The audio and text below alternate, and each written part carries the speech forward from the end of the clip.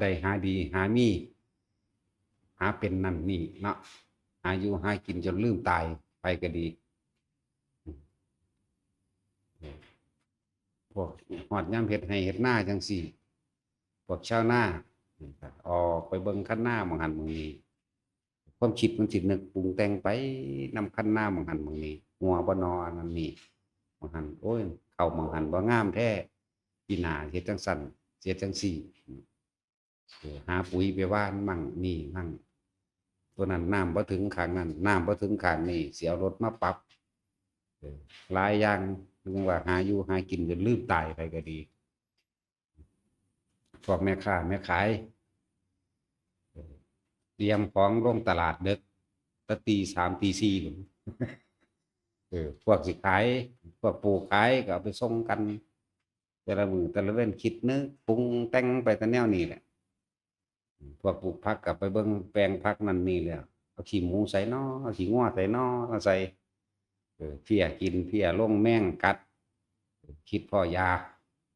ฉีดขาแมลงมันจะดีมียังละจมดาเพี้ยเนี่ยถ้าแล้วหนูก็ไปพ่นดินใส่ปุ๋ยยกหญ้าถอนหญ้าออกจังสิจมดาแดดอ่อนแม่มันแค่กันจังสิส่วนความคิดนี่ประยุทธ์ประยอนได้ไผก็ดีคิดคิดไปส่งอยากไปส่งผู้นั้นผู้นี้ขอขึ้น1 บาทก็บ่ได้อีหานี่ว่าไปละ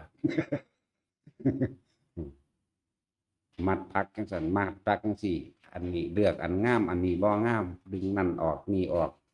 ถ้าเดี๋ยวก็มีแบงบ่งหน่อยบ่งเขียวดึงออกความคิดนึกปรุงแต่งประยุทธ์ประยอนพบเกิดดับเกิดดับเกิดดับประยุทธ์ประยอนอารมณ์ความรู้สึกได้การอันเกิดจากการคิดมันก็มีความพอใจมั่งกับบ่พอใจมั่งหมุนอยู่หันสิให้มันอยู่ซื่อๆเฉยๆเนี่ยยากเด้เพราะมันคิดอยู่หันนั่นแหละจึงบอกว่าแต่ละคนหาอยู่หากินไปเป็นรุ่นเป็นรุ่นตายไปเป็นรุ่นเป็นรุ่นไปก็ดีเออเกิดมากอ่ะแต่ใหญ่มากพ่อเอาผัวเอาเมียพ่อแม่ก็จะให้เอาผัวเอาเมียหาลูกไปลูกเขยยังก็ว่าไปแต่งงานกันไปก็ได้ลูกมากก็สืบพันธุ์กันไปหาอยู่หากินกันไปเดี๋ยวก็ป่วยไปแล้วก็พากันไปส่งโรงพยาบาลก็ตายไปก็อันเอากันมาเผาก็ให้ห้องไปน้ำวันธรรมดาอยู่จังสี่มีบ่เกิดมาเพราะสำนีบ่เนาะบางคนก็ตายแต่น้อยหลานตายก็ให้ห้องน้ำหลานอันนั้นอันนี้เนาะสารพัดหอดอันย่ำเพ็ดหน้าตกกาเอารถไปไถตะเด็กพวกตะสมัยตะกี้ง้อควายเนาะไปตะตีสามตีสี่ไปเลยตัวจะหอดหน้าพาฝนบางมือกับพาฝนตกไปจักหนุ่งจักยุ่งจักหินกัดไปบูขี่ตมโพไปนั่นแหละไถหน้าแบบไถไปเห็นกบเห็นเขียดเต้นออกไล่คุบเอาไว้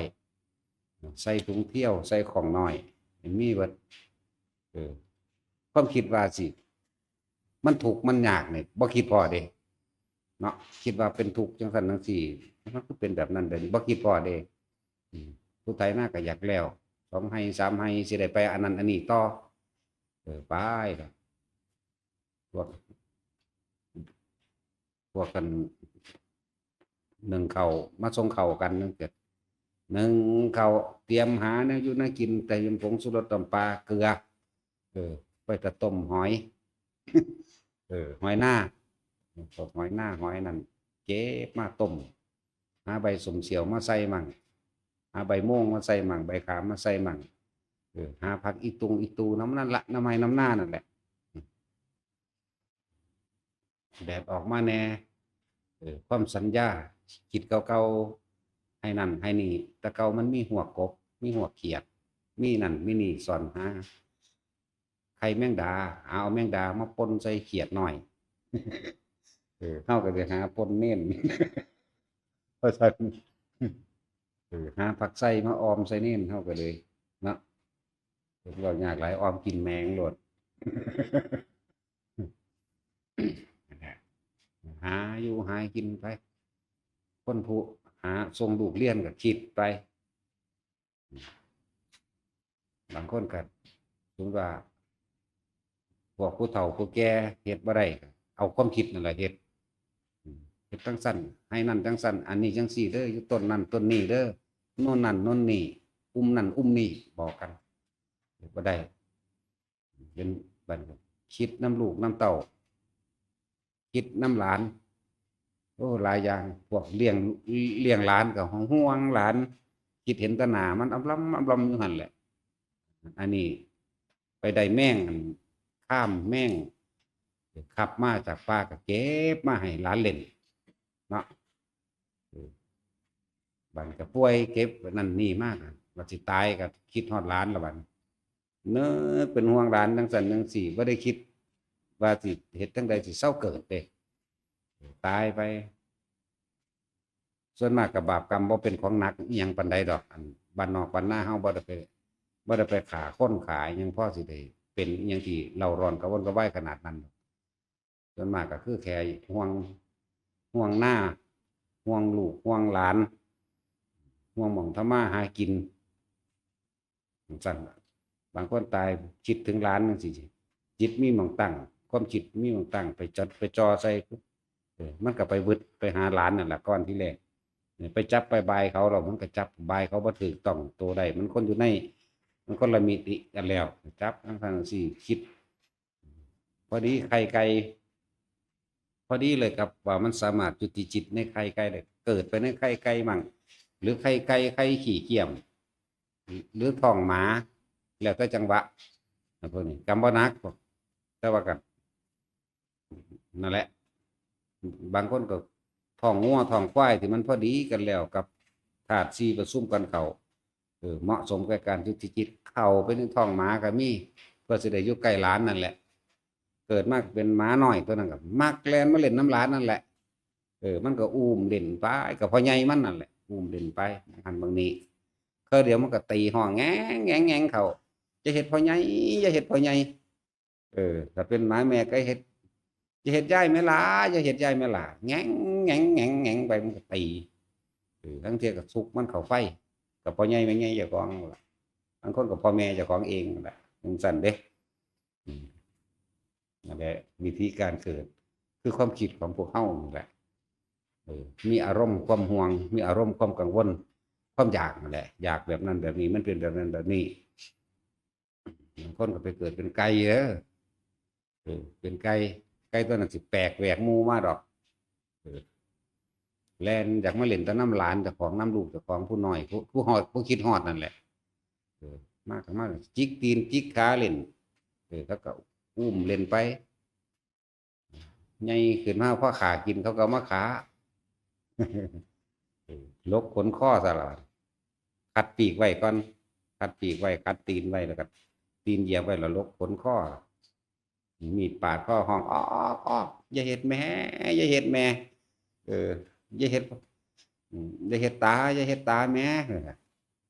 ตาได้นี่ตาได้นี่ยายได้นี่ยายได้นี่แม่ได้นี่พ่อได้นี่ก็ว่าปู่ได้ลูกเอ้ยปู่ได้หลานเอ้ยว่ะเสียงมันห้องบางสั่นอย่าเฮ็ดพ่ออย่าเฮ็ดพ่อล่ะอย่าเฮ็ดแม่อย่าเฮ็ดแม่ล่ะถ้าเป็นตัวแม่ก็ดีแต่เดี๋ยวจังว่าหาอยู่หากินซะตายไปก็ดีบ่ได้คิดเด้คิดจะบอกว่าสัตว์ทั้งหลายเหล่านี้มีเหตุเกิดมาจากไสนกเป็ดไก่หมางัวควายสร้างม้ามึงนี่พวกให้พวกแมงวีพวกแมงวันพวกหนอนพวกกบพวกเขียดพวกปลาเนี่ยมาจากไสมาจากคนคือเฮานี่หาอยู่หากินบ่จักเกิดจักตายนี่เด้มาจากคนคือพวกเฮานี่เด้นั่นแหละบ่จักวิธีออกจากทุกข์บ่จักวิธีดับทุกข์บ่ฟังธรรมพระพุทธเจ้ามันเลยเป็นจังซั่นฮอดยามเกี่ยวข้าวก็ไปเกี่ยวข้าวนี่เว้าชีวิตอีสานเหนือใต้กับทุกภาคนั่นแหละทำนาเนี่ยเป็นอาชีพเป็นของหลักอยู่แล้วเป็นแนวเลี้ยงชีพอยู่แล้วทุกภาคนั่นแหละแต่ว่าเฮาชินกับภาคอีสานเฮาก็เว้าเรื่องอีสานเฮาแล้วเนาะพวกเกี่ยวไปก็ มีบางไห้ก็มีแมงมันหลายเก็บเอาแมงมันเด็ดแข้งเด็ดขามันไว้เน็บไปในถุงในปกในเสื้อไว้เออเก็บเอาเก็บเอาตอนเด็ดแข้งเด็ดขามันหูอยู่บ่ว่ามันเจ็บมันปวดเนาะนั่นแหล้วบ่ได้หูแต่ว่าแซ่บเป็นตาแซ่บแล้วก็บางคนก็พอดีร้านกำลังยำกำลังกินเก็บไป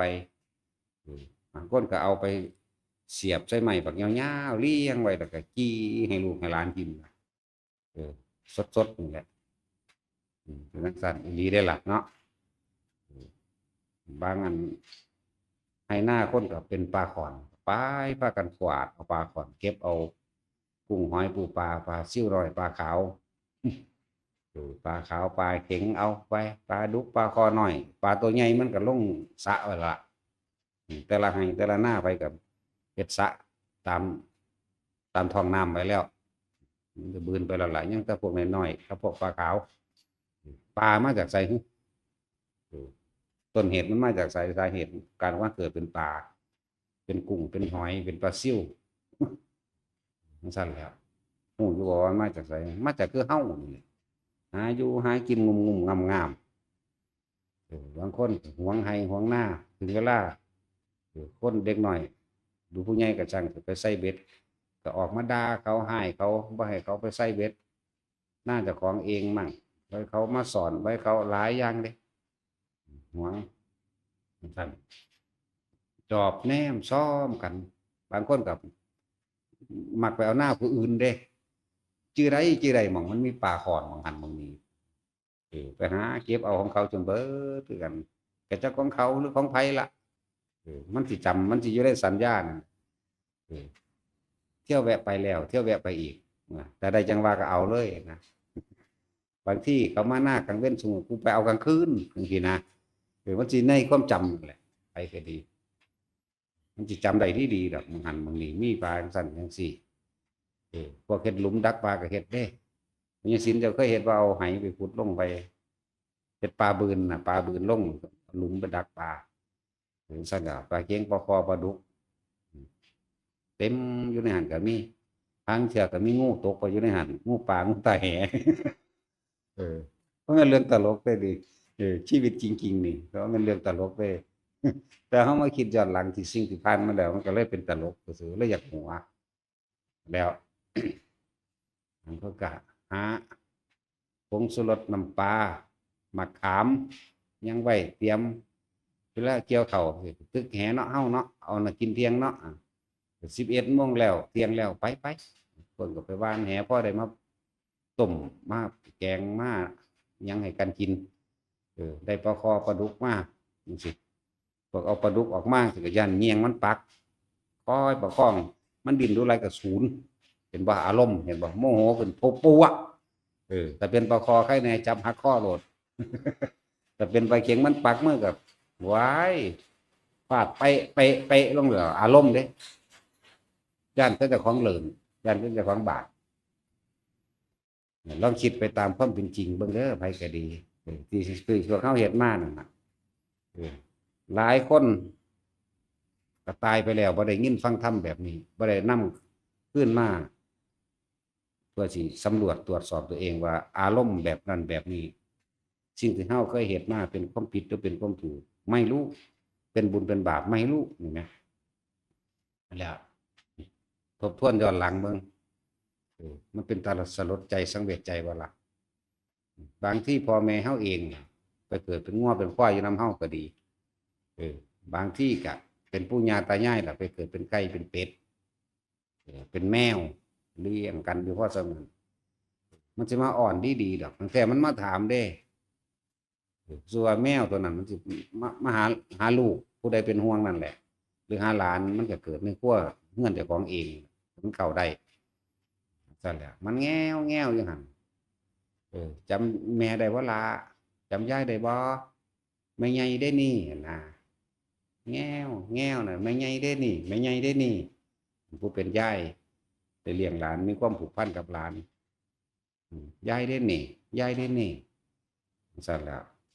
ถ้าเป็นผู้คิด หลานกับปู่ได้นี่ปู่ได้นี่ตาได้นี่ยายได้นี่นั่นแหละเป็นสละอัน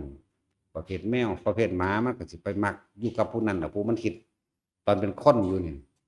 คิดฮอดผู้ใดมันก็สิเอาตัวนั้นน่ะเป็นมีที่ตั้งอาศัยในการคิดนึกปรุงแต่งไปในความรักความห่วงความผูกพันนะอยู่กับความรักความอะไรความผูกพันทั้งหลายนี่ถึงบอกว่าเห็ดทั้งให้สัตว์ทั้งหลายเวียนไปแต่เกิดสัตว์กับคนเฮานี่แหละสัตว์เบิดเทวดาอินพรหมกับสัตว์เฮากับสัตว์คนนี่กับสัตว์นั่นแหละบ่ว่าถ้าปูปลานั่นเนี่ยเด้ผู้ยังชี้ยังคล้องอยู่เกี่ยวอยู่นะข้องเกี่ยวอยู่กับอารมณ์ความรู้สึกในความพอใจและไม่พอใจเรียกว่าสัตว์ยึดติดถือมั่นในความพอใจและบ่พอใจกันแหละสัตว์ว่าสำรวจตรวจสอบชีวิตตัวเองที่ผ่านมาเด้อประสบการณ์จริงจากชีวิตจริงแล้วก็นำธรรมะความจริงอันนี้ที่เฮาบ่เคยคิดพอจักเทื่อว่าเฮาเป็นจังซี่นะบ่เคยคิดพอเลยแต่ตายในระหว่างนั้นก็จักสิไปเป็นเป็ดเป็นไก่เป็นแมงบ่งเป็นตั๊กแตนเป็นงูเป็นหมาเป็นงัวเป็นควายอยู่น้ำลูกน้ำหลานนั่นแหละสั้นนั่นแหละลองคิดเบิ่งผู้สอนหวกหลายๆก็นั่นแหละสอนกินพอกินแม่บูชาตายายกันเองลูกป่าอาเอามันก็กรรมเกี่ยวกันไปกันมาจังซี่แหละนี่เรียกว่าอดีตว่าพวกเฮาสำรวจเบิ่งมันเป็นตาสลดใจว่ามันมีแค่นี้บ่เกิดมาก็หาอยู่หากินไปลูกใหญ่พอเอาผัวเอาเมียก็หาผัวหาเมียให้ลูกเขาก็ออกหลานมาให้เลี้ยงเขาไปผูกพันกันไปว่างแผนอนาคตอยากให้มันเป็นหมอเป็นพยาบาลอยากให้มันเป็นผู้อยากให้มันเป็นเศรษฐีอยากให้มันไปทำงานเมืองนอกอยากให้มันเอาผัวฝรั่งทั้งเวลานี่เบิดอีหยังก็ดีถ้าขี้ไล่เนี่ยดำแน่ก็เอาผัวฝรั่งเด้อล่ะเนาะก็บ่บอกให้เอาผัวเขมรแน่ บอกเอาแต่ฝรั่งหลายเอาเขมรแน่เอาพวกนิโก้นะพวกดำๆพุ่นน่ะ บอกเอาแต่หยังแต่ฝรั่งก็พวกเขาทุกข์เขายากก็มีคือเฮานี่แหละนี่บ่แม่นจุดหมายจุดหมายก็คือว่าอยากให้เห็นความอยากอยากเห็นตัณหาตัวเองนี่แหมที่เฮาบ่รู้เลยว่าสิ่งที่เฮาคิดนึกปรุงแต่งไปล้วนแล้วจะเกิดเป็นสัญญาอารมณ์ความรู้สึกในความอยากได้อยากดีอยากมีอยากเป็นความพอใจในความร่ำความรวยนั่นแหละชีวิตวันนอกก็จะไปมีหยังมากบาปกรรมมันบ่หนักดอกแต่วันก็เวียนไปนี่บ่พอสิไปนรกอีหยังหนักๆดอกเพราะคนอีสานหรือว่าคนที่อยู่กับไร่กับนาก็ความคิดความผูกพันความของเกี่ยวกับเกี่ยวอยู่น้ำไร่น้ำนากับอนาคตลูกเต้าเราหลานเลี้ยงเป็ดเลี้ยงไก่ไปกินเลี้ยงปลาไปกินจังซี่นะปลูกผักปลูกหญ้าปลูกพันธุ์อยู่นำมื้อนี้แหละเฮาบ่ได้แม่นอาชีพแบบคดโกงแต่พวกคดโกงกับมีหลายพวกอันนั้นเกิดว่ามีการศึกษาขึ้นมาแน่สูงเขาเอิ้นว่าเป็นคนฉลาดทั้งโลกหรือว่าโง่โดยธรรมพุ่นฉลาดทั้งโลกนักการเมืองจังซี่หาไปเถอะผมมึงหาไปถูกอยู่แล้วล่ะหาไปถูกพวกเอาเปรียบรังแกข่มเหงบ้าอำนาจจังซี่พวกนี้มหาเวกีนี่เป็นที่รองรับอยู่แล้วล่ะแต่สำคนพื้นบ้านพื้นเมืองของเฮาหาอยู่หากินน้ำไห้น้ำหน้าปลูกเห็ดปลูกกล้วยปลูกมะฮุงปลูกมะม่วงปลูกนั่นปลูกนี่พอได้อยู่ได้กินก็จิตใจก็ของเกี่ยววนอยู่กับสิ่งที่ตัวเองปลูกฝังไว้บางคนก็หวงหน่อไม้หวงกอไผ่แต่ถึงฝนตกมาเนี่ยแพงไว้แต่จักตอกเนาะแพงไว้แต่จักตอกจังซั่นสิกับคนมันเป็นข้อฉี่เจนี่ที่เหนียวอยู่แล้วผู้ใดไปสู้ไปไกลก็บ่ได้ห้องด่าเขาโลดตะกี้เลี้ยงงัวเลี้ยงควายมันมีงัวควายหลายไปเลี้ยงงัวเลี้ยงควายน้ำหน้าเจ้าของเขาได้เหยียบคันให้คันนากูกิ้วเบิดบาดเจ้าของกันไปหาของผู้อื่นอยู่เนาะหุ่นไปหาหลักของผู้อื่นหุ่นเด้แต่ก็มาอ้างว่าของกูหุ่นนาแล้วก็ไพ่มีแต่ไปหลักมาใหม่ผู้อื่นก็มี เขาก็เลยบ่สงสัยเพราะว่ากอไผ่เจ้าของมีทางบ่กินของเจ้าของไปลักอยู่หน้าผู้อื่นพุ่น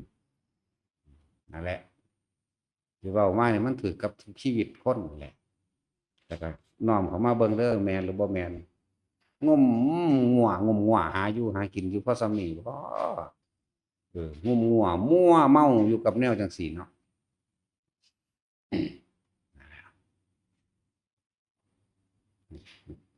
ฮอดยามเกี่ยวข้าวก็เกี่ยวเออบางหมู่บางบ้านบางจังหวัดก็เอาตอกมัดเข้าก็ฮอดยามนั้นแล้วก็หมอกลงแล้วหน่อไม้ขึ้นสูงพอจักตอกได้ก็ขึ้นหาเลือกเอาตอกเอาไม้มาเฮ็ดตอกจักตอกตากตอกกันไปตามถนนหนทางเฮ็ดห้าวเฮ็ดหม้องจักไว้ตากไว้ไว้ถ้ามัดเข้าบางจังหวัดบางเขตพื้นที่ก็บ่เอาตอกก็เอาเฟืองมัดคือกาฬสินธุ์จังซี่เอาเฟืองมัด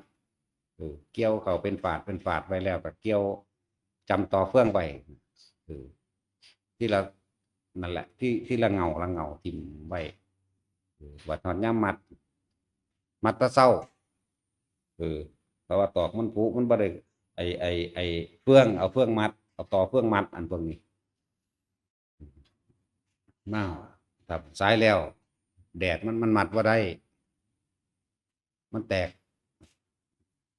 มันกิ้วบ่ได้มันขาดเร็วส่วนพวกเอาตอกมัดได้เบิดมื้อเบิดเว้นเบิดคืนอยู่แล้วพวกเอาตอกพวกเอาเฟืองมัดก็มัดกิ้วเขาเอาเข้างามขาแล้วดึงหัวเขาคือจะหมุนรุ่นมาปั๊บไว้พวกเอาตอกมัดก็เหยียบล่ะมือสอดเบิดพวกบ่รู้จักเอายางรถไปห้องเหยียบแอดเนาะตาสิน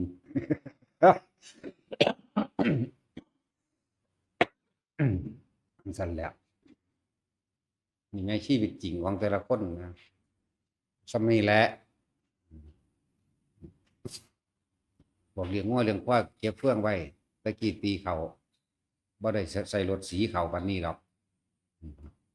ตีเขาหากันตีเขาลงล้านนั้นล้านนี้เฮ็ดเหล่าโทไว้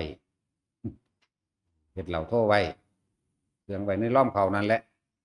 เฮ็ดล้อมเขาขึ้นสูงๆตีเขานั่นนี่เก็บเฟืองไว้ให้งัวให้ควายบางคนก็เอาเฟืองนั่นเฮ็ดเป็นหม่องเป็นพญามุ้งพญามีจังซั่นเอาไปให้งัวให้ควายไปเฮ็ดนั่นเฮ็ดนี่ไปตะปกผักปกหญ้าไว้แล้วปลูกนั่นปลูกนี่ก็ว่าไปนอนหน้าเฮ็ดซุ่มเนาะตาสินซุมื้อนี้มันบ่ได้รู้จักซุ่มแหละ นอนหน้าเฮ็ดซุ่มอย่างดีอุ่นลมหนาวก็ว่าไปพวกไปใส่กับหนูใส่บ่วงใส่กับหนูก็ไปหากินหนูต้องขาวใส่หนูพุกไม่อยู่ก็กินซ้ำนี่ล่ะชีวิตน่ะพวกตายก็ตายไปแล้วก็ไก่เกิดเป็นเป็ดเป็นไก่น้ำลูกน้ำหลานเกิดเป็นงัวเป็นควายน้ำลูกน้ำหลานมันก็บ่ได้หนักพอลงมหาเวทีปานใดดอกพวกบ้านนอกบ้านนานี่ก็ดีอยู่ในระดับหนึ่งในว่ากูบ่เบียดเบียนไผดอกเป็นคนซื่อเป็นคนทำมาหากินซื่อสัตย์แต่ว่าบ่ฮู้ดอกว่าความคิดความผูกความพันความกังวลของแต่ละคนคิดน้ำลูกน้ำหลานบาดสิตายคิดถึงหลานผู้นั้นลูกผู้นี้ที่มันบ่ทันได้ตั้งตัวได้มันสิเลวปานใดก็สร้างได้บ่ได้สั่งมันได้ที่จริงแต่ก็คิดน้ำมันนั่นแหละย้านมันเอาตัวบ่รอดก็เลยไปเกิดน้ำมันนั่นแหละมันยังโหดกว่าเก่าอีกบัดไปเกิดเป็นไก่น้ำมันมันก็จักมาลกขนข้อปาดพ่ออย่าเฮ็ดพ่ออย่าเฮ็ดพ่ออย่าเฮ็ดแม่อย่าเฮ็ดแม่ล่ะบางคนเป็นปู่เป็นเคยได้เลี้ยงลูกผู้นั้นหลานผู้นั้นโอ้ยปู่เด้นี่ล่ะปู่เด้นี่ล่ะก็ห้องอ๊อกๆๆนั่นแหละยายก็คือกันอย่าเฮ็ดแม่อย่าเฮ็ดแม่น่ะเสียงไก่ห้องก็ภาษานี่แหละภาษาว่าแม่เด้นี่ย่าเด้นี่จังซี่นะนั่นแหละพวกเขาบ่สลดใจว่าพวกเขาบ่ฮู้ว่าแนวจังซี่ว่ามันแม่นหยังมันมาจากไสสัตว์เหล่านั้นนะผู้ใดคิดฮอดลูกหลายๆก็ปรุงแต่งไปเด้อจะไปเกิดเป็นเป็ดเป็นไก่มันฆ่ากินหรือบ่ดีกับบางคนเขาเลี้ยงปลาก็ไปเกิดเป็นปลาในสระนั่นแหละมันไข่หลายอาจจะเข้าไปได้ฟองใดฟองหนึ่งจักบ่ล่ะจังซั่นแล้วไปเกิดเป็น ลูกปลาในสระก็มีในหน้าเจ้าของเองก็มีพวกห่วงสระปลาพวกห่วงปลาขอนเออพวกห่วงอันต้นม่วงต้นไม้กอไผ่อาจเป็นเพี้ยนั่นแหละพวกกอไผ่นี่อาจจะไปเกิดเป็นเพี้ยน้ำมันนั่นแหละเป็นเพี้ยเป็นงูเป็นกับแก่เป็นขี้เกียมไปคิดนึกปรุงแต่งไปน้ำไห้น้ำน่านนะหรือว่าปีนี้ตะกี้เอาไผ่หยาหรือสังกะสีก็แล้วแต่บัดนี้โอ้สอดคนแล้วปีหน้าจะมุ่งกันหน้าคิดไปติดอยู่บางหันพอดีตายซ้ำแต่ว่าจะไปเป็นขี้เกียมน้ำมันนั่นไปเกิดเป็นในใครขี้เกียมก็จิตติดที่ไหนมองหันเลยแหละมองสิเป็นที่รองรับสะก่อนแต่ว่าสิเข่าตัวใดใดสิเดรัจฉานประเภทใดก็แล้วแต่จิตมีที่ตั้งอยู่ใส่ก็ตั้งอยู่มองเขาคิดไปนั่นแหละเถียงหน้านั่นหรือเฮือนนั่นแหละหรืองอกคอกควายนั่นแหละเป็นห่วงเกิดเป็นง่วงเป็นควายก็มีเกิดเป็นหมาก็มีอยู่ในมองเขาคิดไปนั่นแหละคิดถึงบ้านก็จะคิดว่าได้สิได้ไปอยู่ในบ้านแบบเป็นคือเทวดาเออมันจับนั่นจับนี่มันจับอะไรหรอเด้จับนั่นจับนี่นั่นนี่เลยพอดีเครื่องหลอกเครื่องล่วงอันหนึ่งคืออาจจะเป็นไข่ขี้เกียจพวกเอานี่ดอกไว้หามันสื่อสารกันเลยเข่าซ้ำเมื่อตึ๊บจบระบาดแบบเบาะออกมาเป็นขี้เกียจค่อยใหญ่ขึ้นมาใหญ่ขึ้นมาล่ะเห็นลูกมากกับห้องเห็นลูกเห็นหลานนั่นนะมึงมาตาใสอีนี่อย่างเสียนาก็มึงมาตาใสอย่างเสียนามึงได้ยังมากินอย่างเสียเนี่ยภาษาเขาแต่ว่าแจกนั่นนะบางที่กระทักเอาหางตีตักนั่นนะเอาหางตีมันเห็นได้สำนักนั่นแหละคนเฮาส่วนมากคิดได้เมื่อภายหลังตายไปแล้วจึงคิดได้ทั้งสั้นมันพวกคิดได้เมื่อภายหลังมันหูเด้ตายได้ยังพวกตกนรกก็คือกันพวกตกนรกบ่นี่ถ้าหูนั่นนี่กูสิบ่เฮ็ดจักเทื่อแล้วนะพวกทุสานาโสนี่มันหลายพระพุทธเจ้าแล้วเด้ทุหมายถึงว่าตั้งแต่เกิดมาบ่เคยทำดี มีแต่ทำความทุศีลผิดศีลมากันตลอดกาลแต่ทรัพย์สมบัติที่พ่อแม่เคยเอาให้มาก็เอาไปซื้อเหล้าเมายาเล่นการพนันจนเบิดเลยสุดท้ายแล้วก็บ่มีหยังจะเหลือขอเขากินจนตายสิบ่เฮ็ดประพฤติการกรรมเช่นนี้อีกแล้วเบิดขึ้นมาทุกคำเดียวก็จมลงไปณบัดนี้จมลงไปมันผู้นี้ก็สวนกันขึ้นมาใน4หมู่พวกเขาณหมายถึงจิตใจของเขาเองแต่มีโอกาสไปเกิดใหม่อยากฝึกหัดปฏิบัติธรรมสิขอทำความนอบน้อมพระพุทธเจ้าของสิวานาโมนั่นแหละมันจะคือไปขอโอกาสบางทีมีหมู่ภิกษุสงฆ์อยู่คือกันแต่ว่าเราบ่เคยมีความเคารพนอบน้อมกับหมู่เราภิกษุสงฆ์นั่นเลยนะด้วยวันนะสิวานาโมตัสสะมันว่าบ่ได้นะคำเดียวก็จมลงไปจังสั่นนั่นแล้วมันชื่อใดว่าล่ะก็ชื่อใดจังสั่นแล้วพวกสัตว์จะรักษาเนี่ยชื่อใดเด้ในชั่วขณะนั้นก็เป็นต่อมาก็ถึงและอะไรย่างแล้วพวกปลาจังชื่อบ่ได้บ่แต่พวกน้ำบานจะชื่อใดเด้อพวกน้ำบานเองเป็นสีเกียมเป็นนันนี่ที่มันไปเกิดในบ้านเฮาก็ส่วนมากก็ปู่ย่าตายายหรือคนที่พวกเฮารู้จักแม้กระทั่งบ่ว่าแต่ปู่ย่าตายายแม้กระทั่งหมู่พวกเพื่อนฝูงก็คือกันเพราะว่าเป็นหมู่ฮักกันมันป่วยมันคิดฮอดตะบักนี่โอ้ยมาเยี่ยมกูบ่น้อยแสนจังซี่นะแล้วมันแม่นมาเยี่ยมก็สร้างใจมันสิผูกพันกันไปมันมีที่ตั้งมันมีที่คิดถึงมันก็ไปหาหมู่นั่นแหละบัดนี้ก็สิเล่นกับหมู่เด้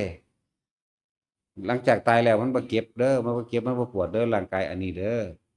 โอ้ยมันสว่างก็บ่เป็นหยังนี่เด้หลังจากตายออกจากร่างกาย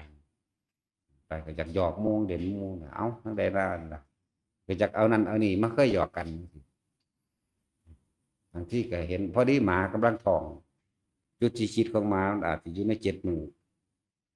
จุดที่คิดหมามัน3 เดือน7 มื้อเข้าท้องหมาล่ะเมื่อตึ๊บบัดนี้ออกมาแล้วก็ชื่อได้เด้ ดยสัญชาตญาณนะก็จือก็อยากไปหยอกกับโมนั่นแหละทั้งเทียกับพวกแข่งพวกขาเขาลำพานก็เตะไปห้องแงมึงจำกูบ่ได้บอกมึงจำกูบ่ได้บอกนะแต่เป็นหมูก็ดีปักหามเอ้ยมึงคือเฮ็ดกับกูจังซี่มึงจำกูบ่ได้บ่เออนั่นแหละภาษาหมานั่นแหละสำคัญที่จิตสำคัญที่ความคิดของพวกเฮาเด้อไปก็ดีถ้าคนบ่ได้ยินได้ฟังสิบ่รู้ดอกมีผู้ใดมาแจกแจงรายละเอียดจังซี่ดอกอย่างนั้นอบายภูมิเปรตสัตว์เดรัจฉานนรกสุคติก็ว่าสวรรค์ก็ว่าไปสำนีหนึ่งเด้อันนี้ยากนักหนาเด้คนที่เกิดเป็นคนแล้วสิกลับไปเกิดเป็นคนอีกยากนักหนาเด้คนที่เกิดเป็นคนแล้วก็สิไปหาที่เป็นเทวดาอีกก็ยากนักหนาอีกเทวดาสิกลับมาเกิดเป็นคนก็ยากนักหนาคือกันเด้มนุษย์นี่เป็นแดนกลางๆพอดีกับการฝึกหัดปฏิบัติตนเองได้ทำบาปทำบุญก็อยู่ในแดนมนุษย์นี่ได้ที่เหมาะสมและสมบูรณ์หมู่เทวดาบ่ได้สมบูรณ์คือแดนมนุษย์เด้แต่ว่าก็อาศัยจากการได้จากมนุษย์ไปสักก่อนเทวดาสิเลื่อนขั้นเป็นเทวดาอีกก็ยากนักหนาเด้แต่ว่ามีอยู่แม่นว่าบ่มีเลื่อนจากชั้นนี้ไปสู่ชั้นนี้ไปสู่ชั้นนี้แล้วก็จบสิ้นนิพพานเลยก็มีอยู่หังหน่อยแต่ว่าทุกสิ่งทุกอย่างต้องบำเพ็ญเพียรที่โลกมนุษย์นั่นแหละแดนนี้มันเป็นแดนกลางๆเหมาะสมกับการฝึกหัดตัวเองจังว่าพวกเขาคิดเข้ามาน้อมเข้ามาพวกกรีดยางก็คิดน้ำสวนยางไปเกิดเป็นเมืองมุมสัตตสินเป็นยังไงเดือนเนี่ยเพิ่นกลับไปเกิดเป็นนักกินนักมุมนั่นแหละคิดน้ำสวนยางมื้อนี้สั่งปุ๋ยจะเศร้าสอบนะเอาไปวานเสือกตายก่อนสักทีคิดตัวนั้นตัวมันคิดสุดท้ายตัวมันคิดมาสุดท้ายมันมาสวนยางพี่เด้เอาง่ายๆนะทุกคนเคยมีบ้านมีบ้านคิดถึงบ้านกับถึงบ้านปั๊บโหลดวันนี้คิดนึกปรุงแต่งไว้เลยวันนี้คิดว่าจะเฮ็ดจังซั่นจะปรับปรุงจังสี่เสริมหั่นเสริมนี่ได้เอานั่นออกเอานี่ออกเนาะนี่นั่นล่ะพบเกิดได้เลยพวกเจ้าสั้นดืดเขาตายเดี๋ยวนี้ปุ๊บไปหันตะกอนไปแล้วก็อยากจับนั่นจับนี่อยากเฮ็ดนั่นอยากเฮ็ดนี่จับบ่ได้ที่แต่ความเป็นนั่นล่ะมันไปจับวัตถุบ่ได้หรอกพอดีกับอาจจะไก่ไข่อยู่พอดีนะเหมาะสมกับไข่ไก่เองเหมาะสมกับไข่ขี้เกียจอย่างนี้นะไปนั่นแหละวิธีการเกิดเป็นแบบนั้นบอกชิดสวนยางถึงสวนยางอยากไปเก็บกระโปงยางมาหันบางนี้คุยไปว่านบางหันบางนี้อย่างสิหน้านี่เลยเอิ้นว่ามันมีหม่องตั้งมันมีหม่องไปจังซี่ซะก่อนเด้ตัวจิตวิญญาณสัตว์ตัวนี้ความรู้สึกมันเป็นห่วงเอิ้นวิญญาณก็คือความรู้สึกพอใจกับบ่พอใจในสิ่งนั้นแหละมันก็สัญญาภาพพวกอย่างตามมันเกิดขึ้นมาที่เฮาคิดนั่นแหละเอาคิดฮอดเฮือนเดี๋ยวนี้ทุกคนมีบ้านมีเรือนอยู่แล้วมันก็คิดฮอดมันก็ถึงว่าล่ะแต่นึงไปคิดฮอดหลานเดี๋ยวนี้ก็ถึงคิดฮอดลูกเดี๋ยวนี้ก็ถึงคิดฮอดผัวคิดฮอดเมียเดี๋ยวนี้ก็ถึงเบิดพวกเจ้าสิคิดนึกปรุงแต่งต่อบ่ซั่นน่ะที่เว้าไปนี่ถ้านึกตามนำลองพิจารณาตามนำภาพนั้นก็เกิดในความสัญญาของเจ้าของเองปึ๊บขึ้นมาโลดล่ะคิดถึงในครัวคิดถึงห้องส้วมห้องน้ำมันก็ถึงปั๊บโลดคิดถึงหน้าตัวเองมันก็ถึงปั๊บโลดคิดถึงรถตัวเองก็ถึงปั๊บโลดเอาเงินเสียงไปใส่ในกระเป๋าใดมันก็ถึงปั๊บโลดนี่แหละของมันอยู่ในนี่แล้วความจำของเฮาเองนี่แหละจังว่าคำว่าใจที่ก็ร่วมเบิดสัญญาเวทนาสังขารวิญญาณใจนั่นเป็นความรู้สึกที่ทุกอย่างที่สะสมไว้ในหันเบิดแล้วอาศัยรูปบัดนี้รูปเวทนาสัญญาสังขารวิญญาณรูปนั้นก็รูปบ้านรูปลูกรูปหลานรูปรถรูปถนนหนทางรูปสวนที่มันอยู่ในนี่อาศัยรูป ความจ สัญญาเวทนาความรู้สึกพอใจบ่พอใจสังขารความคิดปรุงแต่งไปนึกไปวิญญาณก็เกิดความรู้สึกนี่ตัวนี้ตัวร่วมใหญ่เลยตัวร่วมศูนย์ร่วมไว้เบิดเลยรูปรูปรสกลิ่นเสียงสัมผัสอารมณ์ความรู้สึกคือใจนี่มาร่วมศูนย์ร่วมใหญ่อยู่นี่แล้วก็พอใจหรือบ่พอใจส่วนมากอุเบกขาบ่ค่อยมีหรอกที่เฉยๆนึกถึงเราเฉยๆนี่หายากอยู่เลยแต่เขาบ่ฝึกเด้นั่นแหละเมื่อขนาดเขานึกถึงดวงจันทร์เดี๋ยวนี้มันก็เห็นเลยเห็นบ่มันมีภาพจำของตัวของเองอยู่แล้วนอนสินแต่กินนอนหน้าเนาะอีเกิงเดือนหงายเต็มดวงเลยเนาะหนาวสั่นดอกๆอยู่จังไฟขึ้นพิงแบบหนาวบันไดกระสังลงงุ่มปลาใดคือเก่าเอาปลาเมื่อกี้กินล่ะใส่เกลือล่ะเดี๋ยวเบิ่งอีเกิงจังอีเกิงบ่เนาะว่าเดี๋ยวเนาะพวกนั้นเนาะอีเกิงก็คือพระจันทร์อีเกิงพระจันทร์เดี๋ยวเบิ่งกลุ่มดาวใกล้หน่อยก็ว่าไปแต่ที่ก็ว่าอีเกิงก็มีลูกกระต่ายหมายจันทร์ไปเป็นลูกกระต่ายก็ว่าไปแล้วมีนิทานเสริมไปเนาะแล้วจิตติดที่ไหนไปเกิดที่นั่นเพราะอะไรเกิดดวงจันทร์ก็คิดถึงดวงจันทร์เด้อมันบ่ปานใดดอกดวงจันทร์นั่นน่ะเพราะว่ามันบ่มีอารมณ์ความรู้สึกต่อกันอันอื่นๆที่มันอยู่นอกโลกบ่ค่อยคิดถึงดอกความคลุกคลีกันมันบ่ค่อยมีปานใดคิดถึงดวงอาทิตย์คิดถึงดวงจันทร์คิดถึงดวงดาวเต็มท้องฟ้ามันก็คิดได้เปิ่นปั๊บปั๊บปั๊บปั๊บแต่สิ่งเหล่านั้นบ่มีอารมณ์เข้าใจว่าล่ะแค่ว่าเก็บความจำมันบันทึกของมันเองอยู่แล้วแต่ว่าบ่มีอารมณ์ดอกเพราะบ่ได้คลุกคลีกันบ่ได้เล่นน้ำกันบ่คือคนเด้คนนี่เด้อมันเล่นน้ำกันหมู่เดียวกันว่าฮักกันก็มีสั่งกันก็มีทั้งว่ามันสั่งไปเลยแบบเครียดบ่พอใจกันนี่อารมณ์ปุ๊บปั๊บปุ๊บปั๊บเนี่ยวิธีการเกิดของหมู่สัตว์ทั้งหลายคือการคิดนึกปรุงแต่งในความอยากได้อยากดีอยากมีอยากเป็นกับเลือกสวนไรหน้าอยากได้รถอยากมีรถอยากมีเงินอยากมีทองอยากมีผัวอยากมีเมียอยากได้ผัวแบบนั้นอยากได้เมียแบบนี้อยากได้ลูกแบบนั้นอยากได้ลูกแบบนี้อยากได้งัวได้ควายแบบนั้นแบบนี้อยากได้หมาอยากได้ไก่แบบนี้เลี้ยงเป็ดแบบนี้เลี้ยงปลาแบบนี้เนี่ยความอยากได้อยากเป็นบ่ล่ะจะเป็นผู้มีอำนาจนี่กูเป็นมึงได้นายกนี่กูจะเฮ็ดจังซี่จังซี่อันบริษัทเนาะเป็นแล้วก็เป็นขี่เป็นผีแมงเงินอย่างสั้นมีคนดีดอกจะคนกินคนหมดเราพวกนี้มีดอกกับอาชีพเขาอย่างบริษัทนั่นแหละห้าสิบไปเอาอย่างกับเขาอย่าไปหลงกลมันเป็นเกมนะเขาเอามนุษย์ได้เป็นตัวเกมเขาเดินหมากโดยมนุษย์เด้สร้างวาทกรรมเป็นตนาเสือถือแล้วก็เรียกร้องคนก็มาเข้าหางเก็บของเด้อหลงไหลในอำนาจป่าล่ะเท่านั้นแหละว่ามียังดอกเดี๋ยวก็ตายแต่สิ่งที่มันฟังไว้ในที่ตัวเองเห็นไว้มันบ่เลื่อนหายไปไหนดอกจังว่าทุกคนถ้าเบิดหนี้เบิดสินแล้วเด้อขึ้นมาอยู่บ้านอยู่เมืองเจ้าของซะเบิดหนี้เบิดสินแล้วพออยู่บ้านมันก็คือว่ามันหาเงินยากก็เลยจำไปต้องหากินบ้านนอกออกนอกบ้านเจ้าของเองเอิ้นว่าบ้านนอกออกนอกบ้านให้กินเมืองนอกก็สั่งให้กินที่บ้านอื่นก็ตามเถอะกลับขึ้นมาแก้ไขปรับปรุงดัดแปลงในบ้านในเมืองเจ้าของเถอะกลับขึ้นมาบำรุงวัดว่าศาสนาในใจตนเองแต่ในเงี้ยได้ฟังธรรมแล้วเนี่ยวัดว่าคือวัดจิตวัดใจของเจ้าของเอง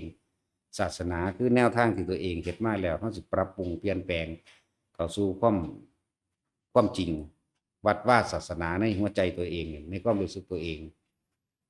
อันใดสิเป็นตาบำรุงอันใดเป็นตาเฮ็ดไปเฮ็ดได้หน่อยเฮ็ดได้หลายก็ช่างขอให้มันได้เฮ็ดบอกว่าแต่ละคนเคยทำคืนโลกหรือยังเคยสละตัวเองทำเพื่อผู้อื่นได้หรือยังส่วนมากบ่แมนเลยมีแต่อยากให้ผู้อื่นมาทำเพื่อตัวเองฆ่าผู้อื่นได้เพื่อตัวเองทั้งหมดแต่ว่าได้ยินฟังธรรมพุทธเจ้าเนี่ยบ่ฮู้จักเด้ ฆ่าผู้อื่นเพื่อตัวเอง ที่จะฆ่าตัวเองเพื่อผู้อื่นบ่มีหายากส่วนมากนะก็ว่าบ่มีกับว่าบ่แม่นมีอยู่แปลว่าหน่อยพระพุทธเจ้าเป็นผู้แรกที่ฆ่าตัวเองเพื่อผู้อื่นนั่นแหละจึงมีเนติแบบอย่างแนวทางให้เฮ็ดนำปฏิบัติตามนำจนเกิดเป็นภิกษุสงฆ์ทั้งหลายเหล่านี้ขึ้นมานั่นแหละศาสนาก็เลยศาสนาแปลว่าทางเดินเดินตามธรรมเดินตามความเป็นจริงเข้าถึงความเป็นจริงได้แล้วก็เป็นพุทธะมาที่ละเล็กที่ละน้อยเองดอกอนุพุทธะที่ละเล็กที่ละน้อยไปอย่างสั้นไปเรื่อยๆว่าถ้าเบิดหนี้เบิดสินแล้วขึ้นมาอยู่บ้านเมืองตัวเองมันบ่ได้ดิ้นรนแข่งขันกับไผดอกดิ้นมันก็ดิ้นแข่งขันกับตัวเองมาปรับปรุงเลือกสนได้หน้าตัวเองหาอยู่หากินเฉพาะตัวเองได้มีโอกาสฟังธรรมมีโอกาสได้ไปหาทำบุญทำทานแล้วก็สิเข้าใจคำว่าบุญแท้ๆเข้าใจคำว่าทานแท้ๆแล้วก็สิได้เห็นธรรมแท้ๆคือความจริงแท้ๆแต่ว่าฟังแนวนี้บ่เข้าใจดอกส่วนมากเฮาไปทานกับทานเพิ่มทุกข์บุญเพิ่มบาปเพิ่มทุกข์เพราะว่าหยังเมื่อความปรารถนาอยากได้อยากดีอยากมีอยากเป็นเฮ็ดหยังก็สร้างมีแต่เกิดอารมณ์พอใจมั่งบ่พอใจมั่งขนาดเข้าใจว่าตัวเองไปทำบุญกฐินจังซี่ก็อยากเอาหมอร้องหมอลำเข้ามาใส่ถ้าผิดเถียงกันเนี่ยก็บ่พอใจนั่นเห็นบ่บุญเพิ่มบาปแต่ว่าใส่ชื่อว่าบุญสั่นตกลงกันคณะกรรมการนั่นนี่สิเก็บค่าขายของเท่าใดล้านละเท่าใด50 บาทพอหน้านั่นนี่ร้านเราเอา100ซะนั่นโอ้บ่ได้ผิดเถียงกันกับแม่ค้าพร้อมผิดเถียงกันกับพวกกรรมการเจ้าของเองพร้อมผิดเถียงกันกับพวกเนี่ยคู่ในวัดหมดนั่นแหละนี่เบิดสารพัดนี่แต่คนมาฟังธรรมแนวนี้แล้วสิเข้าใจวิธีหลีกเลี่ยงตัวเองดอกพวกหมู่ภิกษุสงฆ์ทั้งหลายแต่เขาก่อนเขาก็บ่รู้แจ้งธรรมเขาก็บวชไปจังซั่นแหละอ่านเขาก็บ่อ่านเขาก็บ่ศึกษาหยังดอกเขาก็เห็นผ้าเห็นกันเฮ็ดสืบต่อกันมาบ่ได้ก็เฮ็ดตามกันโดยบ่ได้เข้าถึงความจริงมันนั่นน่ะเห็นเขาผ้าชยันโตโพธิยามูเลสิทธน้ำมนต์ก็เสดไปจังซั่นบ่รู้จักคำว่าสงเคราะห์โดยมีจิตเจตนาอย่างหนึ่งแต่ว่าเฮ็ดเป็นประเภทนี้เลยนะว่าต้องมีแนวนี้นะต้องสิทธน้ำมนต์แนวนี้นะเพราะว่าคนตายว่าไว้แจกเขาสิทธิ์นะหลายอย่างอยู่ดอกที่พวกเขาบ่รู้บ่เข้าถึงเพราะพวกเขาบ่ได้ปฏิบัติแล้วก็บ่มีผู้ใดมาชี้แจงแจกแจงรายละเอียดแบบนี้เด้ขนาดเว้าส่ำนี้ว่ามันสิเบิดสิมันสิบอดหลอนเบิดมันก็บ่เบิดบ่หลอนเด้ก็บ่เบิดเฮาก็คิดเอาตามที่เฮาเป็นตามประสบการณ์เฮานั่นแหละว่าเฮาเคยเห็นมาแบบนั้นแบบนี้โอ้มันก็เป็นคือเพิ่นว่ากูก็คิดแบบนั้นอีหลีเนาะโอ้ยใครตัวกูบ่ตายตอนนั้นบัดนี้ก็เปลี่ยนความคิดใหม่ก็เริ่มมาคิดอยู่กับลมหายใจมั่งพุทโธมั่งก็ว่าไปนั่นแหละจังว่าอยู่บ้านนอกเมืองนอกหรือสิอยู่กรุงเทพหรือสิอยู่ต่างจังหวัดใดก็ช่างเถอะถ้าวิตหนี้เบิดสิ้นแล้วพอละบางที่หาไปหามามันเป็นหนี้กว่าเก่าก็มีเด้ตายก็มีพิการก็มีบัดนั้นแหละก็กลับมาอยู่บ้าน ในหลายๆอย่างที่ในความคิดได้ที่เข้าถึงความจริงหลายๆอย่างว่าเฮาได้ทำแล้วรู้จักทำแล้วเอาธรรมะตัวนี้เอาความจริงตัวนี้ไปเปรียบไปเทียบปรับปรุงตัวเองใหม่ซะบัดนี้เริ่มฝึกหัดดัดตนเองหากินไปไสหากินไปตายไปก็ดีคำว่าคนรวยทรัพย์สมบัติกับคนจนทรัพย์สมบัตินี่บ่ได้เป็นเครื่องชี้หรือว่าบ่งบอกว่าเป็นคนมีทุกข์หรือว่ามีสุขอย่างใดทุกข์กับสุขนี่มันอยู่ที่การวางจิตเด้นั่นแหละบางทีคนทุกข์คนนั้นที่ว่าเห็นฐานะครอบครัวเขายากจนเขามีสุขก่อนมหาเศรษฐีกันแต่มีมหาเศรษฐีที่ว่ามีกิจการนั้นนี่มากมายเป็นทุกข์เพราะคนยากจนทรัพย์สินเงินทองก็มีเด้แล้วบอกว่ามันบ่แม่นเครื่องวัดกันธรรมะคุ คุณธรรมธรรมะการสละออกการปล่อยว่างออกจากหน่อยไปหามากของไผของมันปีต่างหากเด้เป็นเครื่องวัดทุกข์กับสุขนั่นแหละหาอยู่หากินน้ำบ้านเงินเจ้าของพอได้มีเวลาเข้าวัดฟังธรรมกับเข้าไปฝึกหัดดัดตนเองหัดอ่อนน้อมถ่อมตนหัดกราบหัดไหว้ลดมานะลดทิฏฐิลดความเห็นลดลงเฮ็ดดูเขาเกิดความเคยชินมันก็อ่อนน้อมถ่อมตนไปเองไปทางใดก็มีความเคารพนับถือพอเฮานับถือผู้อื่นก่อนเฮาให้เกียรติเขาก่อนจังซี่นะยกมือไหว้ผู้นั้นยกมือไหว้ผู้นี้เอาไปมาเกิดความเคยชินบ่แข็งบ่กระดากใจเฮ็ดไปได้เป็นปกติธรรมดาบ่ใช่พ่อใหญ่แม่ใหญ่ก็ไหว้ไปตัวดะดาดไปโลดบ่มีผู้ใดตีผู้ใดกล้าดอกกันจังซั่นทั้งนั้นทั้งนี้ก็ไปเริ่มหัดไหว้พระเอาซะก่อนตัวถ้าไหว้คนบ่ทันเป็นก็เลย หัดดัดตนเองไปนั่นแหละจังว่ากลับมาแก้ไขดัดใจตัวเองสร้างบ่ทันตายในระหว่างทำกลางความคิดและอารมณ์อันหนึ่งอันใดอันหนึ่งนั่นแหละมันไปเกิดไหมไปแต่คนเอาความจริงมาใส่เจ้าของเด้อแต่ที่พูดถึงความผิดทุกคนเคยมีความผิดบัดละเคยลักเคยขามาบัดแต่เคยป่นเคยกี่เขาก็บ่เคยเห็นดอกนะท่านลักอยู่ลักอ้อยลักเงินยาหลายคัก20 บาทตะกี้หลักเงินยานั่นแหละหลักเราขอที่หลังดอกกันหลักอ้อยก็จะหวดหลักขนมมีบูหลายล้านค่าที่ดอกว่าเป็นหลักอีหลีนี่แหละพระเจ้าเผลอว่าได้ได้ปั๊บใส่โหลดเอาหรอหลักปลาทูกับหลักหลักไก่เขากับหลักได้หลักไก่หลักเป็ดกับหลักทำว่าหลายเธอดอกนับได้อยู่หลักไก่เขามาต้มนั่นคือเป็ดอยู่เธอ1 2 เทือเป็ดเธอเดียวไก่2 เทือหนึ่งเด้ว่าได้ยังปานนั้นเด้ประเภทหาอยู่หากินโดยตนเองอันประเภทขามากที่สุดกับขาปลามากที่สุดขาปลากับใส่เดือนถ้ามันมีเหงื่อจังสั้นนั่นแหละนี่แหละคือว่าบ่มีความผิดเลยบ่มีดอกทุกคนนั่นแหละธรรมดายังชกต่อยเนี่ยบ่ค่อยมีปานใดบ่มักใส่กำลังมีแต่หลีกเลี่ยงกับหนีไปย่อมยกมือไหว้เขาหรอกกันแล้วไปได้ละเท่านั้นล่ะบ่ค่อยมีแต่ว่ามีอยู่บ่หลายมีอยู่ดอกการไปของเฮาเองก็บ่ได้ไปกับเด็กน้อยหมู่เดียวกันบ่ไปทั้งมันปัญญาอ่อนไปกับรุ่นเฒ่าๆเลยรุ่นปู่รุ่นพ่อใหญ่เลยไปกับรุ่นนี้ได้ความรู้มากกว่ากันหลายๆอย่างมีความรู้ไว้จะแก้ไขดัดแปลงตนเองถ้าไปพวกเดียวกันจักมันเว้าแม่หยังโอ้ยคือคนเป็นนี่เนาะหยอกกันอ้องแงงอยู่จังซั่นแหละบ่มักไปปานใดดอกนั่นแหละมันเป็นความรู้หลายอย่างพวกเฮาหันเข้ามาเบิ่งตัวเองนี่แหละบางทีหมาอยู่เฮือนเฮากับปู่ย่าตายายเฮาเองพ่อแม่เฮาเองบางทีไก่เป็ดอยู่เฮือนเฮาก็คือกันขี้เกียจแม่งงอดมันนั่นล่ะแม่นเบิดนั่นงัวควายอยู่ตารางตะลุงมันญาติเฮาเองผูกพันเกี่ยวข้องกันเห็นว่าล่ะจังซั่นแหละน้อมเข้ามาหาตนเองโลดมันจังสลดใจมันชี้ชัดลงไปเลยทั้งเบิดบ่ได้ดอกก็เห็นน้อมมาเพื่อให้เกิดความไม่ประมาทบ่ประมาทในการคิดจักแล้วสิ่งทั้งหลายทั้งปวงธรรมทั้งหลายนี่หลักธรรมทั้งหลายนี่รวมอยู่ที่จิตความคิดนึกปรุงแต่งทั้งหลายก็คิดนั่นแหละคิดนึกปรุงแต่งเวียนว่ายตายเกิดไปตาม31ภพภูมิก็จิตนั่นแหละเป็นผู้พาเวียนว่ายตายเกิดตัวคิดนั่นแหละก็เกิดอารมณ์แบบนั้นแบบนี้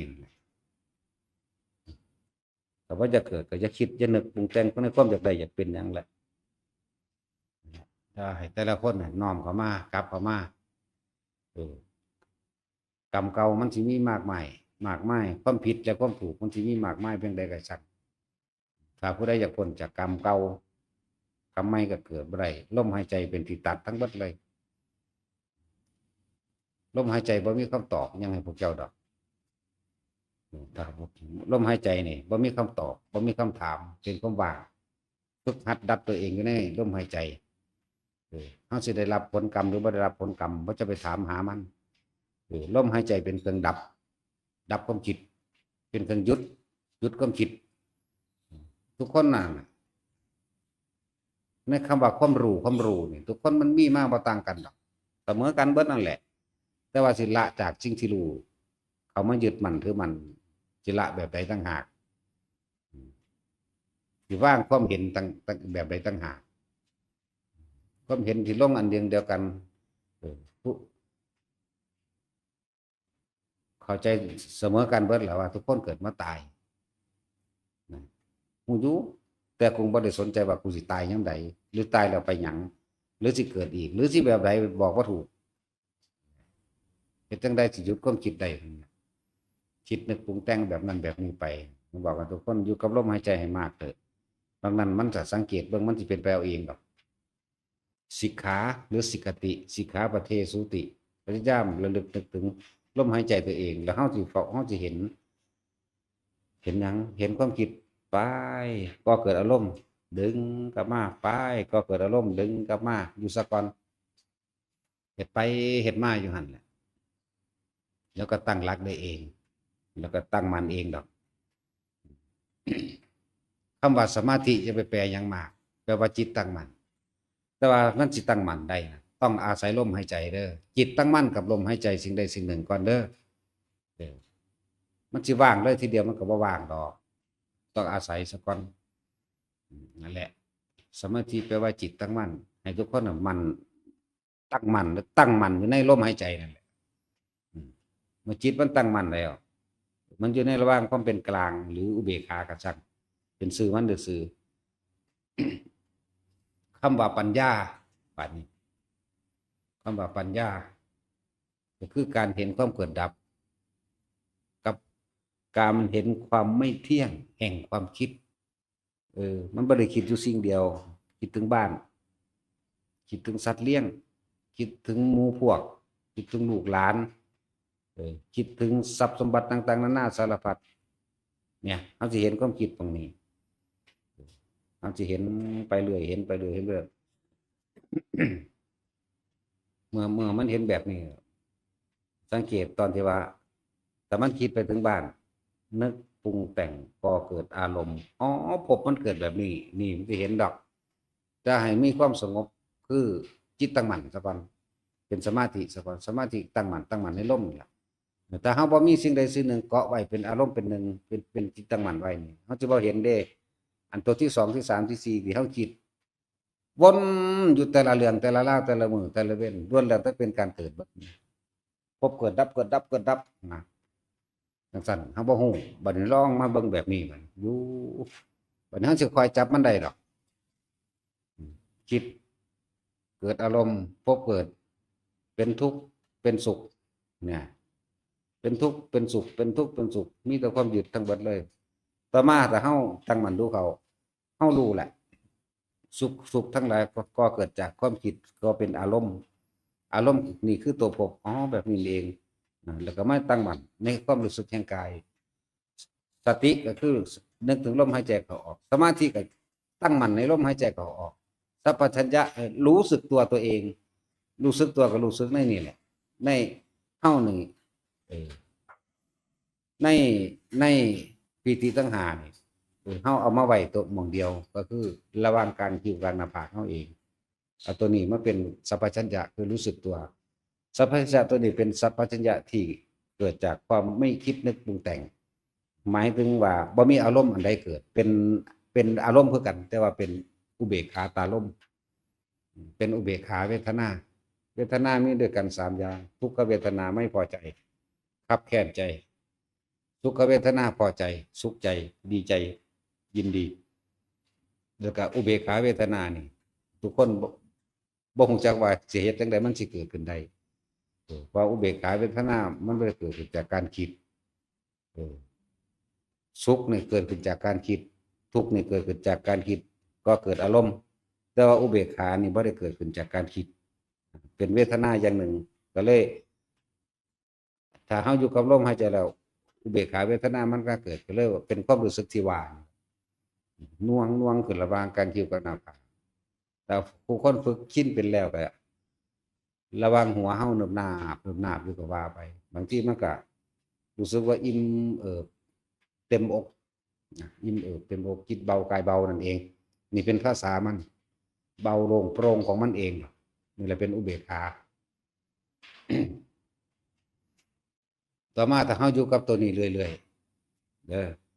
ความคิดไปคิดถึงไปบางครั้งก็บ่คิดแต่ว่าภาพเก่าๆสัญญาเก่าๆพูดขึ้นเองเป็นนั่นเป็นนั่นเป็นนั่นแต่ว่าเราไม่คิดนึกปรุงแต่งต่อความรู้สึกตัวนี้เป็นตัวยันไว้นี่แหละจังว่ามันจะค่อยๆท่านดอกท่านความคิดตะกี้คิดถึงปั๊บปรุงแต่งอยากเป็นจังซั่นจังซี่อยากปรับปรุงอยากเปลี่ยนแปลงอยากให้มันเกิดแบบนั้นเป็นแบบนี้อารมณ์ก็ปนอยู่ในนั่นแหละต่อมาเฮามาฝึกในตัวเองแบบนี้ดูลมหายใจเข้าออกแล้วมีสัพพัญญะคือความรู้สึกตัวทั่วพร้อมในตัวเองแบบนี้เรียกว่าหลวงปู่ดูลย์เพิ่นว่าเป็นผู้มีจิตหนึ่งที่เพ่งอยู่เป็นที่จับไว้เพ่งไว้จับไว้ตรงนี้วันนี้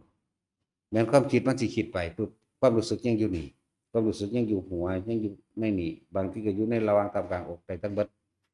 เห็นชินซะก่อนแต่ที่แรกในการฝึกเอาอันเดียวซะก่อนมันจังบ่สับสนเด้ออย่าข้ามขัด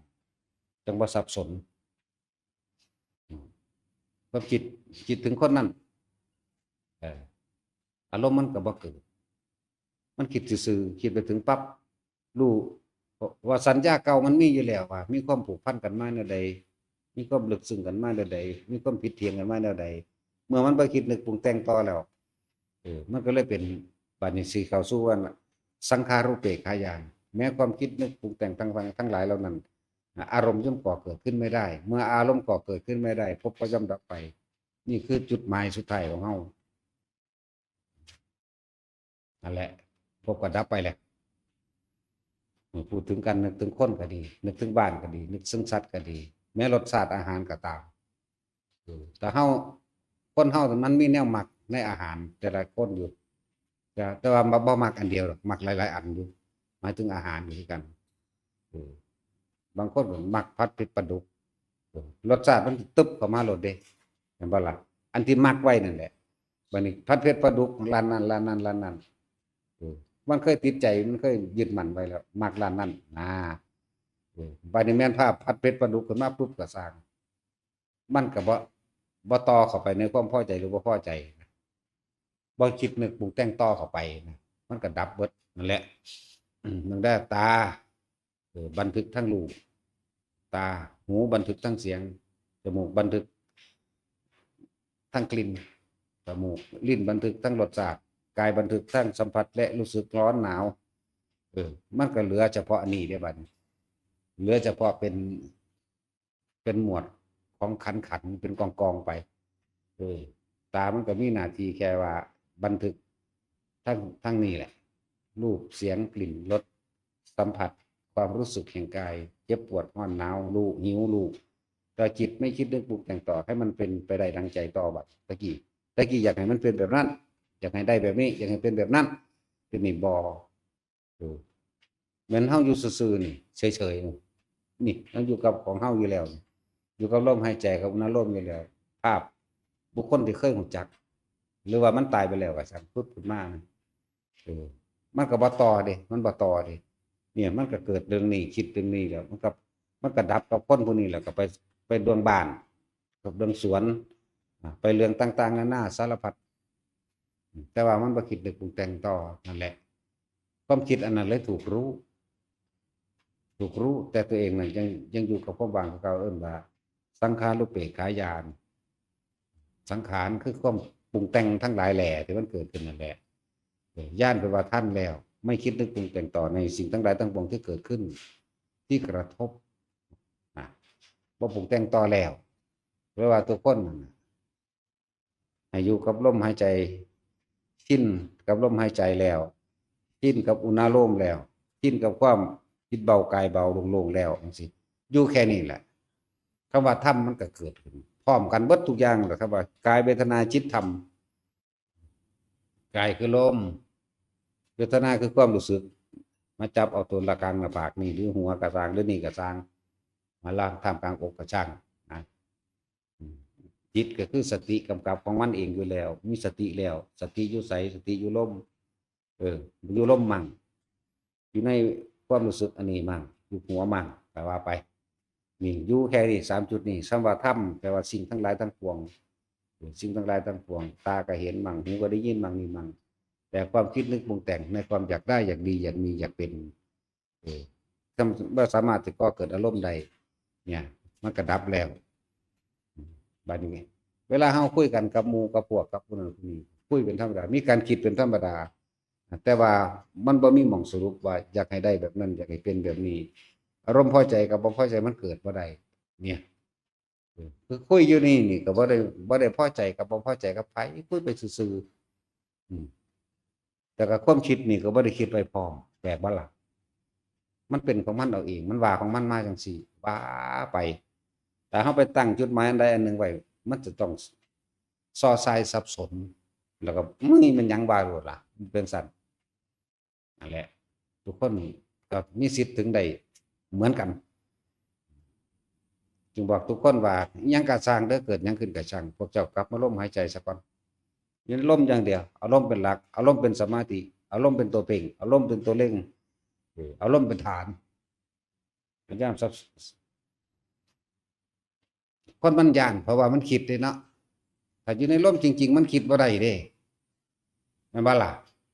ย่านก็บ่มีกล้าก็ไม่กล้ากลัวก็ไม่กลัวทั้งที่ตามันเห็นอยู่เหนียวสิว่าเห็นนั่นผีบักใหญ่ยืนเบิ่งอยู่ถ้าเฮาบ่คิดมันสิเอาย่านเอากล้าเอากลัวมาจากทางใดแม่นบ่ล่ะ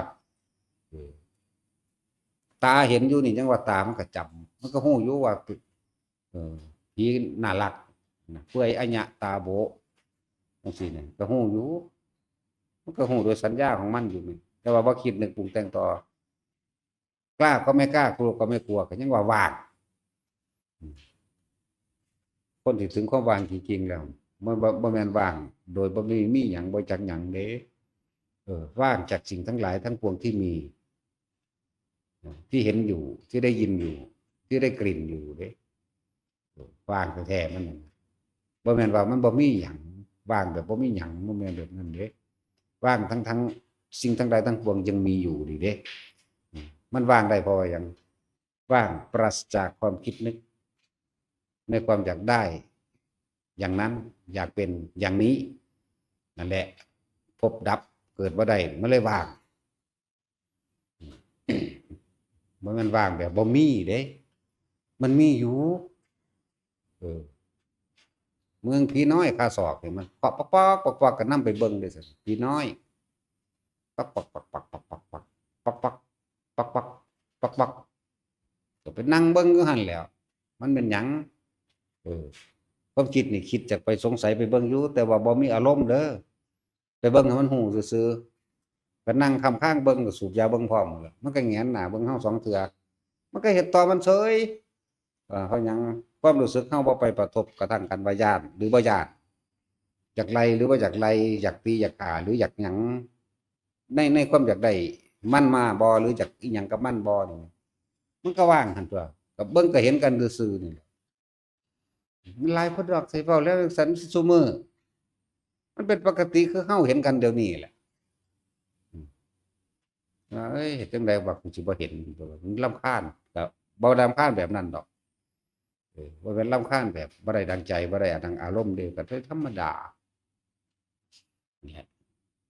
จั่งซั้นทุกคนฝึกได้ในลมหายใจเด้อเกิดหยังขึ้นก็ช่างพวกเจ้าอย่าไปหาคำตอบเหตุของมันคือพวกเจ้าคิดสงสัยคำตอบคืออยากฮู้ให้มันแจ้งชัดแจ้งชัดหรือบ่แจ้งชัดก็ช่างมันก็มีอารมณ์ปนเข้าไปในหันนั่นแหละ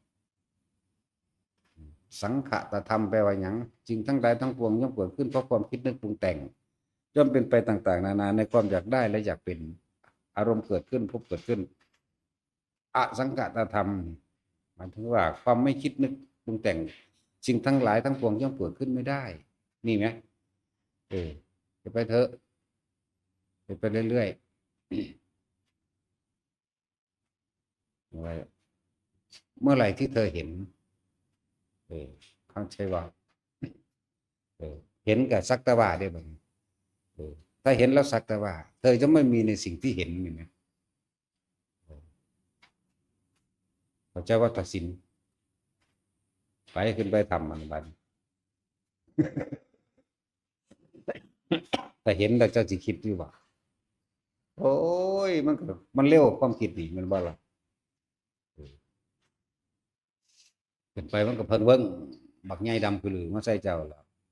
เพิ่งทดสอบมันมีอยู่แล้วเนาะความคิดมันสำเร็จรูปมันสิแล่นปลาหลาบตำกกไม้กกไหลมาเลยเออเพราะว่าเขาถ้าได้จับมันทันเด้ซั่นจับตัวคิดว่าทันซื่อจังซั่นบางทีก็เสียงโหยหวนร้องไห้โอ้ธรรมดาเดะซุมื้อนั่นแหละอันประเภทไห้นี่ก็ได้จนหาวิธีปิดไว้ให้สยองคือหยังอยู่เด้ก็ยังถูกตีเขียนตียังเจ็บปวดห้องวีดวีดอยู่ก็ธรรมดาเดะอันประเภทให้สะอึกสะอื้นคือคิดถึงผู้ใดผู้หนึ่งก็อีกแบบหนึ่งเด้แล้วเขาก็ยินอยู่เขาบ่ได้ไปนั่นดอกก็มันชินแล้วอย่าว่ามันก็เลยว่าเกิดจากหยังมันเป็นหยังมันนี่เด้ก็ธรรมดาคือจังเฮายินเสียงลมล่ะเป็นธรรมดาลมพัดใบไม้นั่นรู้ว่าเฮาบ่ได้คิดเด้ว่ามันเป็นหยังคือหยังการเห็นคือกันก็เฮาเห็นเสาไฟฟ้าสายไฟฟ้าเฮาก็บ่คิดนึกต่อไปอีกแต่ว่าถ้าถามน่ะคิดออกอยู่เข้าใจบ่นี่คิดออกอยู่ว่ามันอยู่หั่นอยู่นี่เท่านั้นแหละก็แล้วไปเลยเด้ล่ะแหน่มันบ่ได้อยากให้มันได้แบบนั้นเป็นแบบนี้นะนั่นแหล้วเห็นผีก็คือการคิดออกอยู่แต่สิเว้าก็เว้าได้อยู่เว้าได้ซุหม้องว่าเห็นอยู่ไสอยู่ไสว่าได้ซุหม้องทุกรูปร่างตัวตนนั่นแหละเห็นแบบนั้นแบบนี้เออมันอยากเห็นเดี๋ยวนี้ก็เห็นแหน่แม่นบ่อยากเห็นก็เห็นเด้อดิแต่ว่าได้บังไว้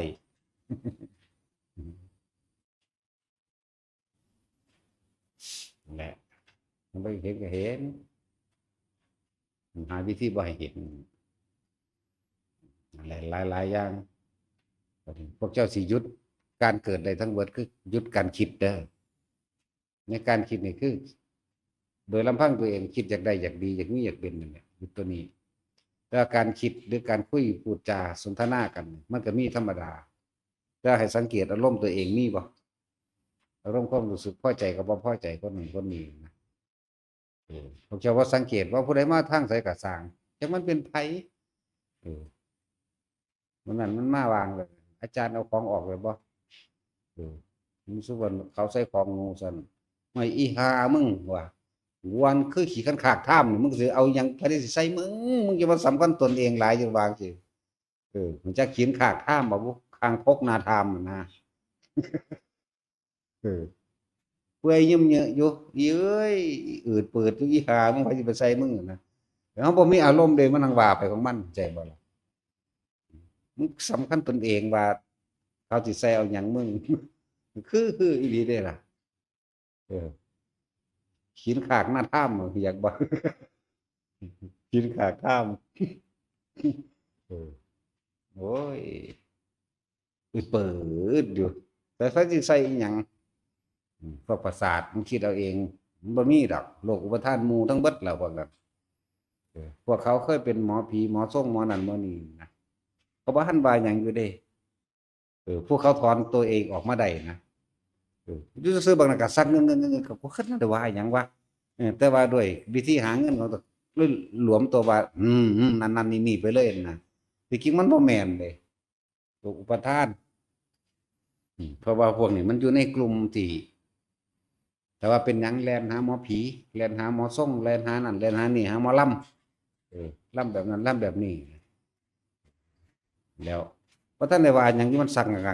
กเข้าแล้วก็มีพวกมาหาเฮาก็คือกันเห็นบ่มันกำลังสิยกขึ้นมึงยกโลดกูทัดยาสูบรัดไว้แล้วนี่เบิ่งว่าเออมันก็สิเคยฟังเฮาแน่ตัวโหสูบกูอีหลีเด้นี่มันก็เลยเศร้าเห็นบ่ล่ะเขาเดี๋ยวก็เฮ็ดเป็นงูขึ้นมาเออมาพันยาไว้แล้วนี่นั่นแหละมึงสั่งงักๆมากูสิจูดมึงนี่ว่า ไฟจูดก็พวกดงหันตัวมีหยังบ่ได้มีมันบ่ได้แม่นเลยความคิดที่มกมุ่นในเดือนเดียวเด้ผมมกมุ่นเข้าไปแล้วคิดว่าแสดงท่าทางไปเอาเองโดยคิดแต่ของเองความคิดแต่ของได้ปรุงแต่งไปเกิดอารมณ์ว่ามันสิเป็นแบบนั้นแสดงไปตามนั้นเด้นั่นแหละมึงมาเฮ็ดกับกูคุณไฟจูดมึงนี่ว่ะบ่มีคาถาดอกมีแต่ปอกยานั่นแหละจูดแม่จังซั่นแหละเวลาเฮาเว้าอันนั้นนี่มันก็เว้าไปธรรมดาแล้วถ้าไผสิเครียดแล้วถ้าไผสิสั่งเด้มันบ่ได้คิดว่าสิให้คนมาหักมาสั่งเด้มันบ่ได้คิดมันบ่มีดอกแนวจังซั่นมันทั้งเว้าไปเลยของมันน่ะนะสิเปิดอยู่อีห่านั่นก็เลยเขาสิใส่เอาแหมใส่เอาหยังวะมึงก็คิดแหล้มึงบ่ฟังกูบ่ฟังอยู่หนูก็ว่าอยู่ว่าหลวงพ่อสิด่าหนูซั่นมึงถามเป็นจังได๋อีห่ามึงวะโอ้ยเอ็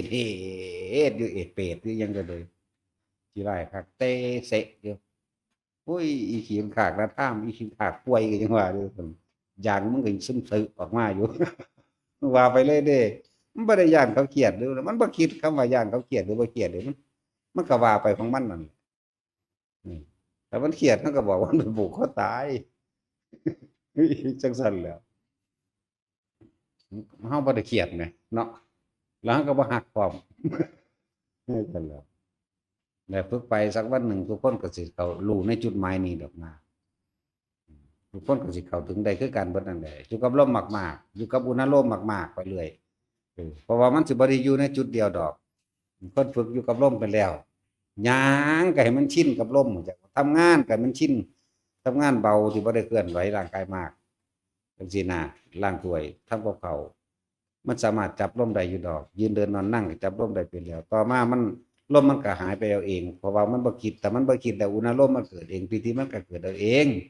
เนี่ยพอปิติมันเกิดเองแล้วมันก็เข้าสู่ความสงบความโล่งๆโปร่งๆเอาเองในตัวหนึ่งอีกดอกเนี่ยอยู่ในสามอย่างนี่แหละส่วนธรรมะคำว่าธรรมกายเวทนาจิตก็คำว่าธรรมคือสิ่งทั้งหลายทั้งปวงที่มันเกิดขึ้นเฮาสิไหลไปตามที่มันเกิดไหลไปตามเฮาไหลไปตามมันเห็นมันได้ยินได้กลิ่นได้เสียงกระทบสัมผัสรู้สึกตั้งกายบ่หั่นนะเฮาสิคิดอย่างนั้นอย่างนี้บ่หั่นนะนั่นแหละมันก็เฮ็ดไปจังซั่นละถ้าผู้ใดดูเขามันจะเกิดปัญญาในตัวเองดอกว่าปัญญาตัวนี้มันเอาให้กันบ่ได้อยากว่ามันก็มีตัวแนะในทางให้ซื่อๆว่าแบบนี้ซื่อๆเด้ถอนก็ความถอนไผถอนมันเลยจังซั่นคำว่าถอนหรือว่าคำว่าดับหรือว่าคำว่าบ่คิดบ่นึกนี่มันของไผของมันอยู่แล้วมันก็ได้แต่แนะให้แค่นี้เออมันบ่อาจสามารถเอาให้ได้เนี่ยว่าเฮ็ดไปเรื่อยเลยคนผู้นั้นสิฮู้เห็นในตนเองแต่บอกเจ้าสรุปให้แต่ว่าเบิ่งอารมณ์ความรู้สึกเด้อพอใจกับบ่พอใจความคิดมีเป็นธรรมดาแต่ว่าในความคิดนั้นมีความพอใจหรือไม่พอใจหรือไม่มีต่างหากเลยเป็นธรรมดานะเอาสมาทานก็รอดเอาไว้เกิดไปหลายๆอย่างเอายาหม่องหรือวิกมาไว้ก่อนเดี๋ยวพระตาพระท่าหูเรื่องรับทุกอย่าง